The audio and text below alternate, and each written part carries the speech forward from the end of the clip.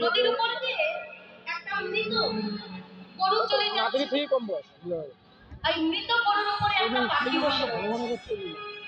পাখি তো বসে থাকে, এটা স্বাভাবিক ব্যাপার।